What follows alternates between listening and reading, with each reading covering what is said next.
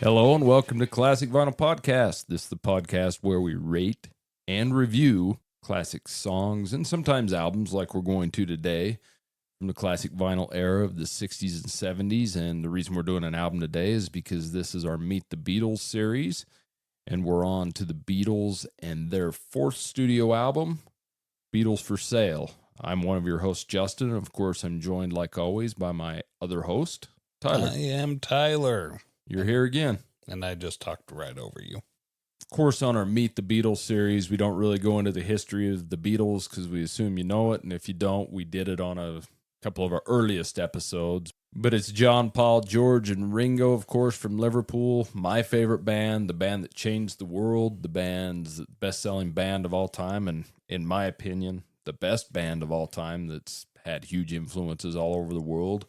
Something I'm trying to turn Tyler onto more and more. I think starting at the early Beatles is a little harder sometimes for some people. For me, I discovered the Beatles about in their Sgt. Pepper era and then went forward, White Album and Abbey Road and Let It Be, and then I went backwards, and I love all of it. Well, it is working on me, I'll tell you that, Justin. Is it? Yeah, it is. I look forward to our Meet the Beatles episodes. If nothing else, I really like the intro and outro music. Oh, well, good. And, you know, they're a really good band. They really are. The Beatles, you mean? Yeah, the Beatles are a really good band, and I love their music. So we've also got to send a shout out to one of our listeners, Phil, that sent us a very kind message and said he liked listening to us, and he really enjoyed the Beatles, and he has a daughter that really enjoys Led Zeppelin, and so we're definitely going to have a lot more Beatles episodes, and I promise there'll be more Led Zeppelin ones in the future. So thank you, Phil. And as always, like we do with our album episodes, this will be split into 2 episodes just to make them a little shorter. Plus, it makes it a little easier for me to edit. It gives me a little more time. So on our Meet the Beatles series, we're doing all the Beatles music in chronological history, sort of. We're not doing the U.S. releases and things like that. We're doing them as they were released in the U.K., and let me give you a little information on Beatles For Sale. It is the band's 4th studio album released in the UK. It was released on December 4th of 1964. But what's kind of crazy about this is their 4th album released in a space of 21 months. So less than 2 years, and this band had released 4 studio albums, which is bonkers to think of nowadays. Well, they'd been performing live for how long before then?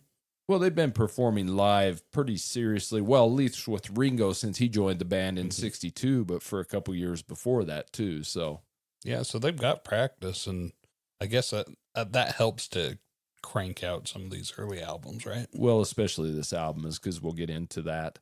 This album was recorded at EMI Studios, also known now as Abbey Road Studios in London, and produced by George Martin. This album took 3 weeks to record, pretty quick. This was recorded during the peak of Beatlemania, when Beatlemania was at its top.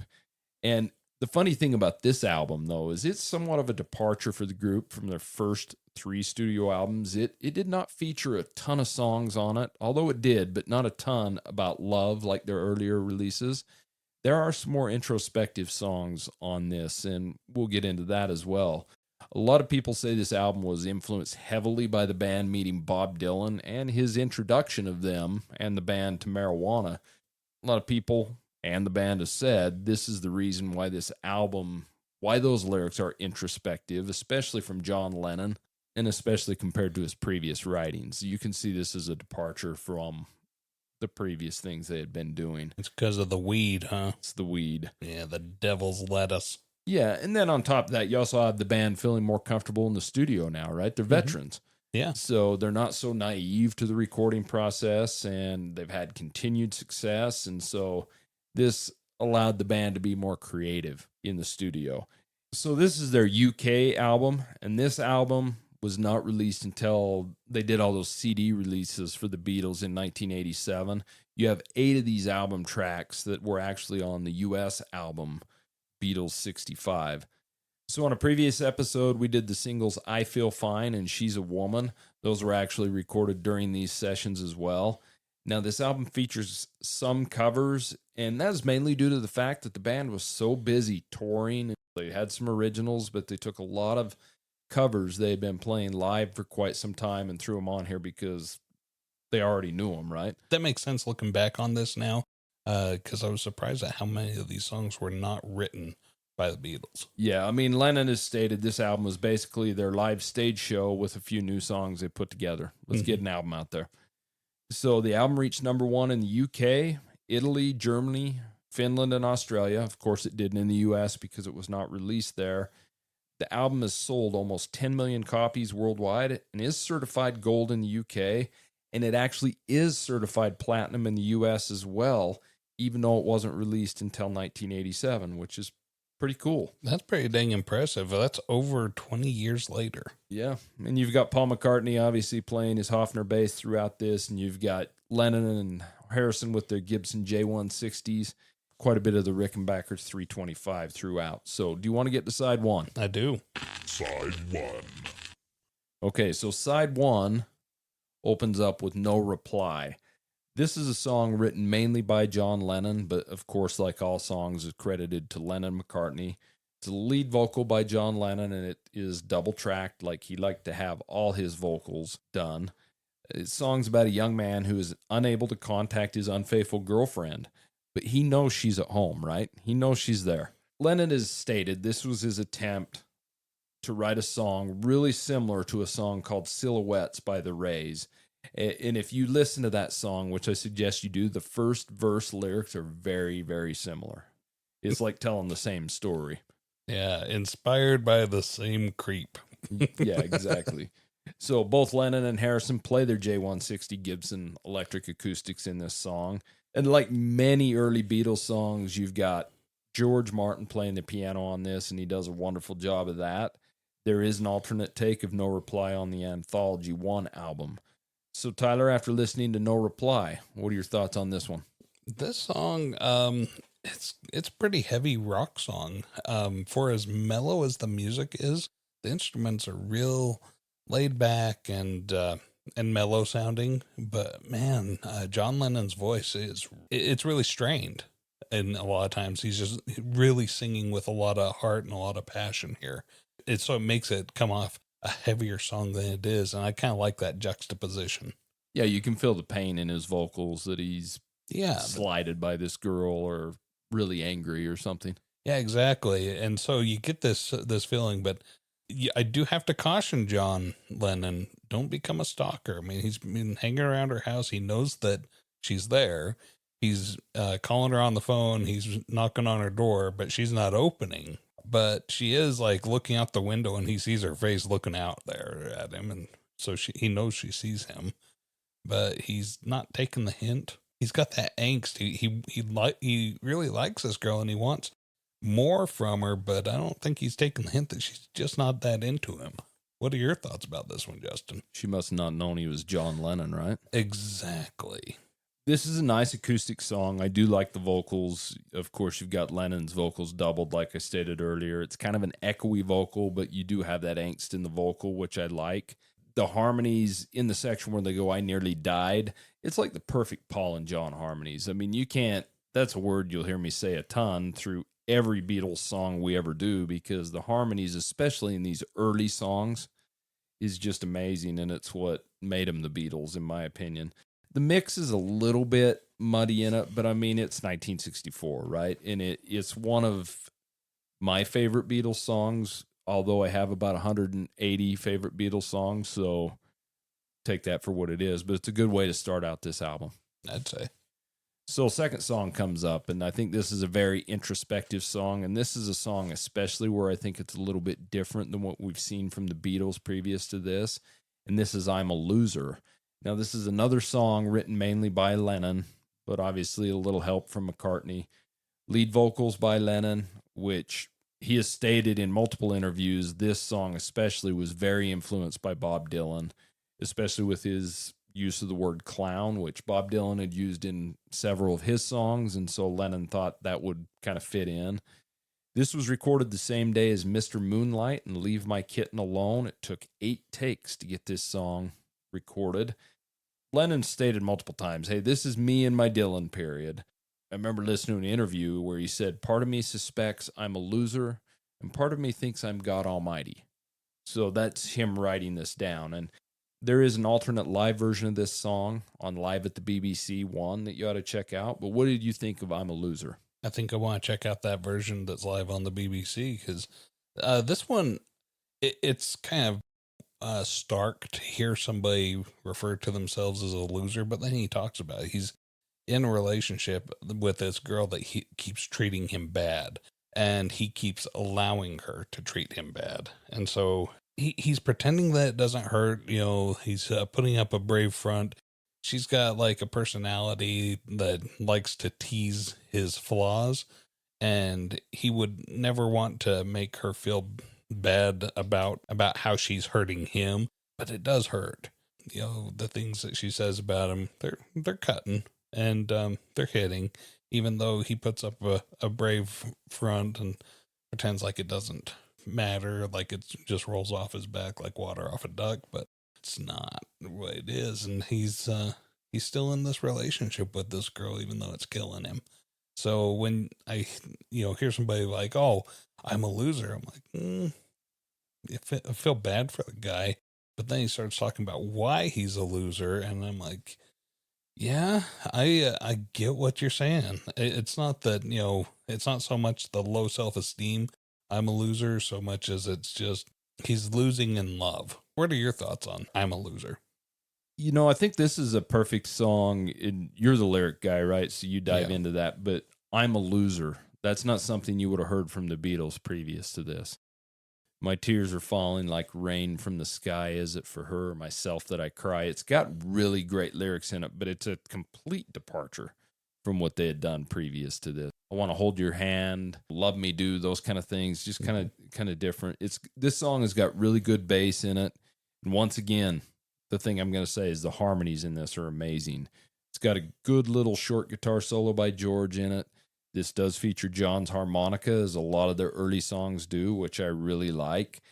And it's got a really good guitar on the fade out played by George Harrison. So I really enjoy this song. I think these first two songs are a really good way to kick off the album, and I think the third one continues that. But that brings us to the third song, Babies in Black.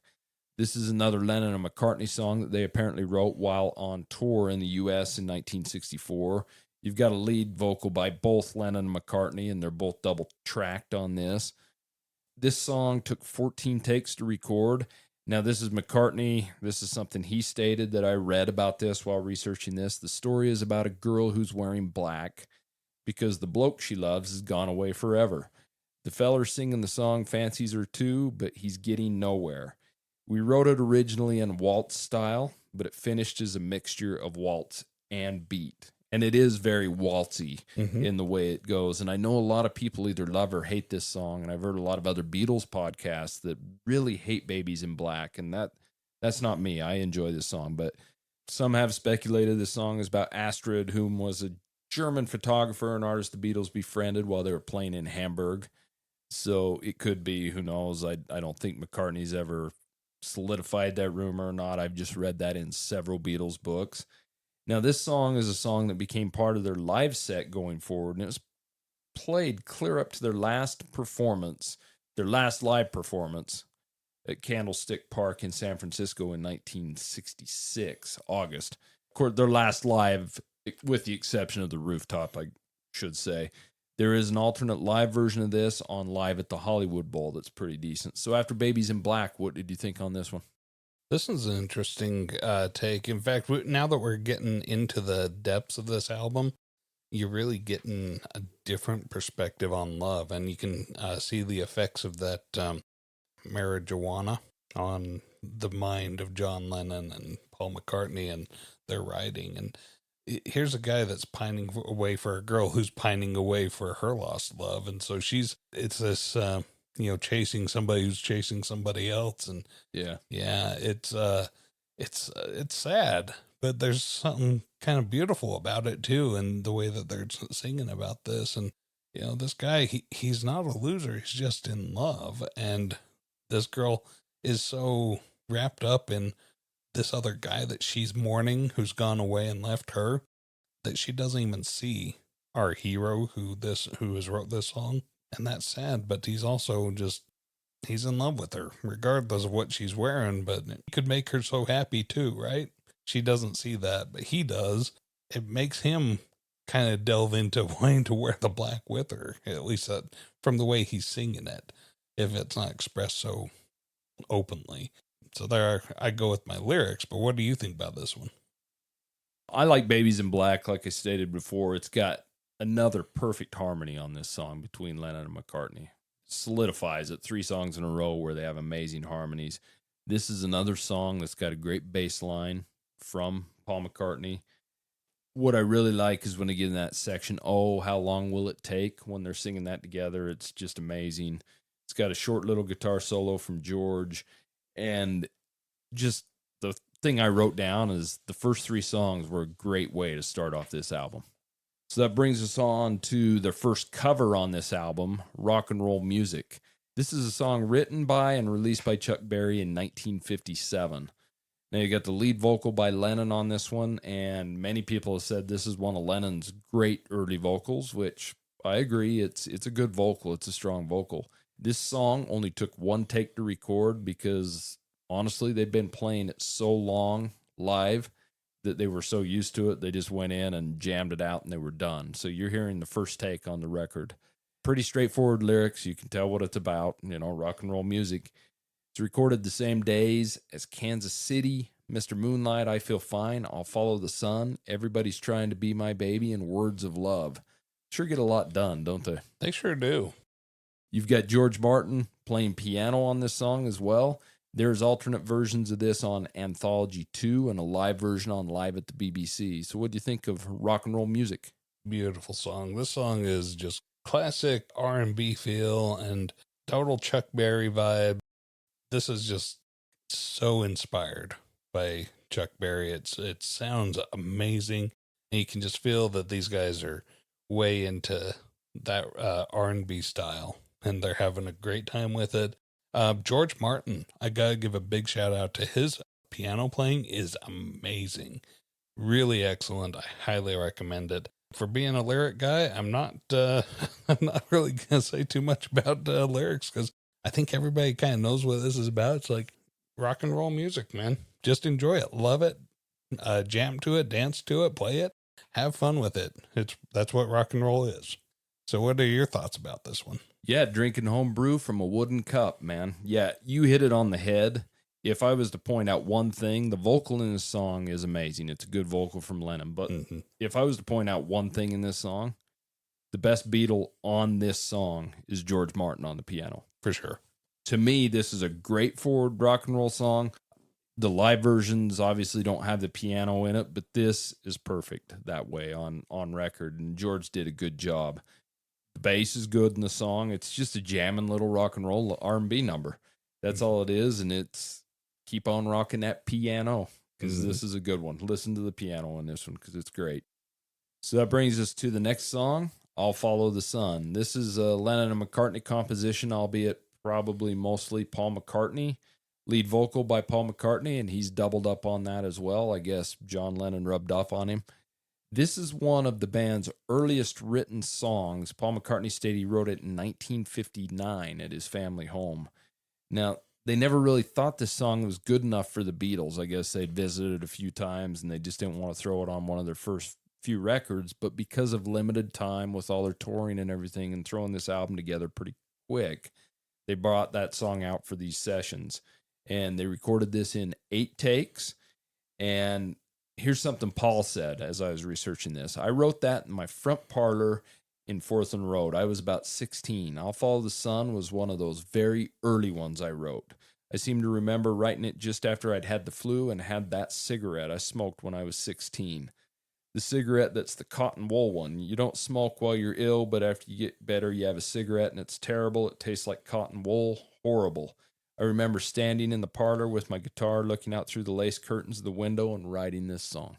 A lot of these things was kind of funny as they talked to Paul about these, and he's told multiple stories about multiple things over the years, so sometimes it's kind of hard to believe. And even Paul McCartney has stated Beatle historians tend to know sometimes more about what he did than he does. But this is the shortest song on the album, not even clocking in at quite 2 minutes. There is an alternate live version of this one on Live at the BBC Volume 2. What are your thoughts on I'll Follow the Sun? I agree that this is not like one of my personal favorites. That this just doesn't really stack up to the Beatles standard that I would be used to in my mind. But that being said, this song is still played very popularly all over classic rock radio. It gets a ton of radio play. I'm probably more familiar with this song from the album than any other song. And that's a little surprising to me because I've never really liked this one. This isn't really like one of my favorite Beatles songs as a lyric guy. I'm sitting here listening to it and it says, tomorrow may rain, so I'll follow the sun. It is kind of what a free spirited kind of song. I'm not even sure what I'm trying to get at with that, but I don't know. It just doesn't really make as much sense when I listen to it. It is kind of interesting that when you get feeling better, you have a cigarette. Yeah. From someone with really crappy lungs. So foreign of a concept to me that, yeah, now I can breathe again. I think I'll have a smoke. I'll Follow the Sun.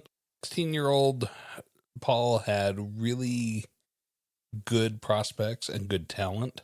This just isn't the refinement of the Beatles that I've come to love.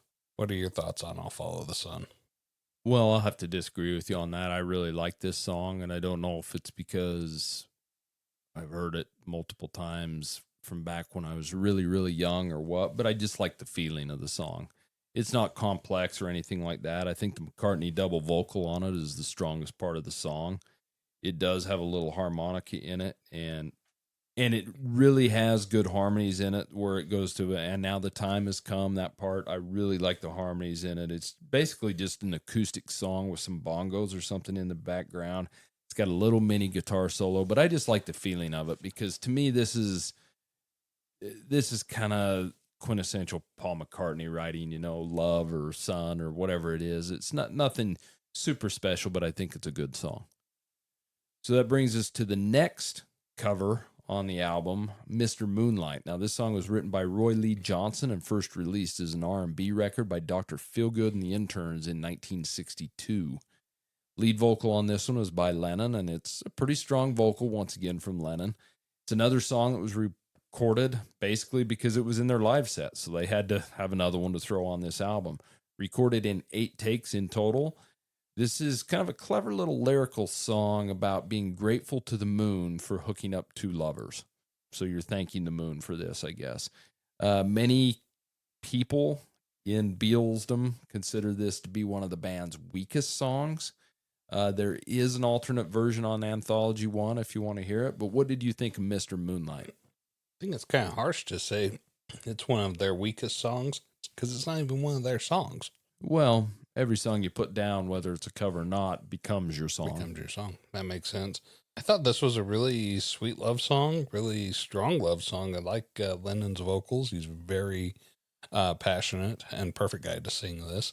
They bring out Mrs. Baumgartner on the organ towards the end, and I am so thrilled that she's out there, playing away and rocking out. So thank you, Mrs. Baumgartner, for joining us, and we'll see you at the First Methodist Church on Sunday. I don't know. There's nothing too remarkable about this song, so I get why people would say it's one of the weakest Beatles songs. What are your thoughts on this one? It's okay. The opening vocal from Lennon, where he screams the Mr. Moonlight, it's pretty good. Yeah. And if you hear the Anthology version, he kind of cracks up on that a couple times, and it's hard for him to make it through. But he did a good job on that. It does have the organ throughout. It's basically a very simple instrumental song with vocals to it, but has the organ solo, which is actually pretty good, but isn't very Beatle-y to me. I don't know why. This song just, when people say it's one of the band's weakest songs, I don't know if I agree or disagree because I don't skip the song, but it is just kind of an odd song. But it definitely does one thing. It shows this band, they try everything different. Oh, for sure. And it's what made this band great. That moves us on to the last song on side 1 of this album, Kansas City, Hey, Hey, Hey, Hey Mix Up. This is another cover written by Jerry Lieber and Mike Stoller in 1952. This was first recorded by Little Willie Littlefield in 1952 under the title Casey Lovin', is what they actually called this song on that. Now, Little Richard did a cover version of this song and turned it into a medley with his own song, Hey, Hey, Hey, Hey, which that's what the band here has done. They've adopted Little Richard's medley of this song because the band loved Little Richard, especially Paul McCartney. Now, you've got the lead vocal by Paul McCartney because he always has those attempts at the Little Richard vocals, which I think he does a pretty good job, but I think he does an excellent job of just being Paul McCartney. Oh, for sure. And this was actually released on the Beatles' U.S. album Beatles 6. This song, once again, was recorded in one take only. This was recorded the same day as Rock and Roll Music, Mr. Moonlight, I Feel Fine, I'll Follow the Sun, Everybody's Trying to Be My Baby, and Words of Love. A very busy day, right? For sure. They crammed as much in there as they could. They sure did. So Kansas City, this song, it's about the city of Kansas City, obviously, and the city's crazy way of loving, referring specifically to the corner of 12th Street and Vine, which was a hub for entertainment at the time in the city. I guess if you're from Kansas City, you understand that. I don't, but it is what it is. Hey, Hey, Hey, Hey. It's a song written by Little Richard. It's basically talking about going back to Birmingham, Alabama. Now, there's alternate versions of this song on Live at the BBC 1 and 2 and on Anthology 1. Now, this is another song. I mean, they did record it in just one take, and that's because this is a song they played live quite frequently. What did you think of Kansas City? Hey, hey, hey, hey. This one, it's fun. This is definitely that Little Richard style. And you can feel Paul McCartney's admiration for Little Richard, and you just know that he lives for being able to pull this style out. Because anytime that he gets the chance to do this real rock and roll blues type song or do his Little Richard voice, he just loves it. He's having a great time, and it sounds really good. These guys are having a jam session. They're having fun, making music, putting it together. And it's sad that it's sad but impressive that they only get one take at this. Because, man, that's a busy day for them to do all these songs in the same day. But it's a good thing that they had so many of these that they were so well practiced at that they could do them in one take. But even that, it's just like, oh, man, I'll bet they wish that they could have just done take after take just because it's a fun song, right? And these guys are having fun. So well played, well sung. Yeah, great tribute to Kansas City and the Little Richard mashup with Hey, Hey, Hey, Hey. It's a nice love song about these cities and the entertainment centers that they are. What are your thoughts about this one? You know, this song has never stood out as, say, my favorite song. I haven't disliked it, but I think it's a atypical song of their live set at the time, right? And Paul McCartney showing his fondness for Little Richard and doing a pretty good job at making it his own. I love the guitar intro on this song. It's another rockin' little R&B number. The guitar solo after the first verse is really good. Lennon's got a choppy Rickenbacker 325 playing out throughout this, and it's really good. It's a decent song, but it's hard for me to rate sometimes. You know, Beatles, for me, being my favorite band and being the best band in history, in my opinion, I don't like them as much on covers. It's just simple as that. You know, they do a good job at them, and that's how they cut their teeth. But, you know, I don't like them as much as their originals, obviously. That's fair. But a good way to end side one. So that's side one of Beatles for Sale, and we'll be back again with you next week for side two. And if you have any questions, comments, or concerns, send them to us at classicvinylpodcast@gmail.com. If you have any songs or albums you'd like us to rate, send them there as well. And like always, we really, really appreciate you listening. So until next time, see you later. See ya. Thank you so much for listening to Classic Vinyl Podcast. And don't forget to subscribe on Spotify or Apple Podcast or wherever you listen to your podcasts. Follow us on Instagram at Classic Vinyl Podcast for updates, and also share us with your music-loving friends.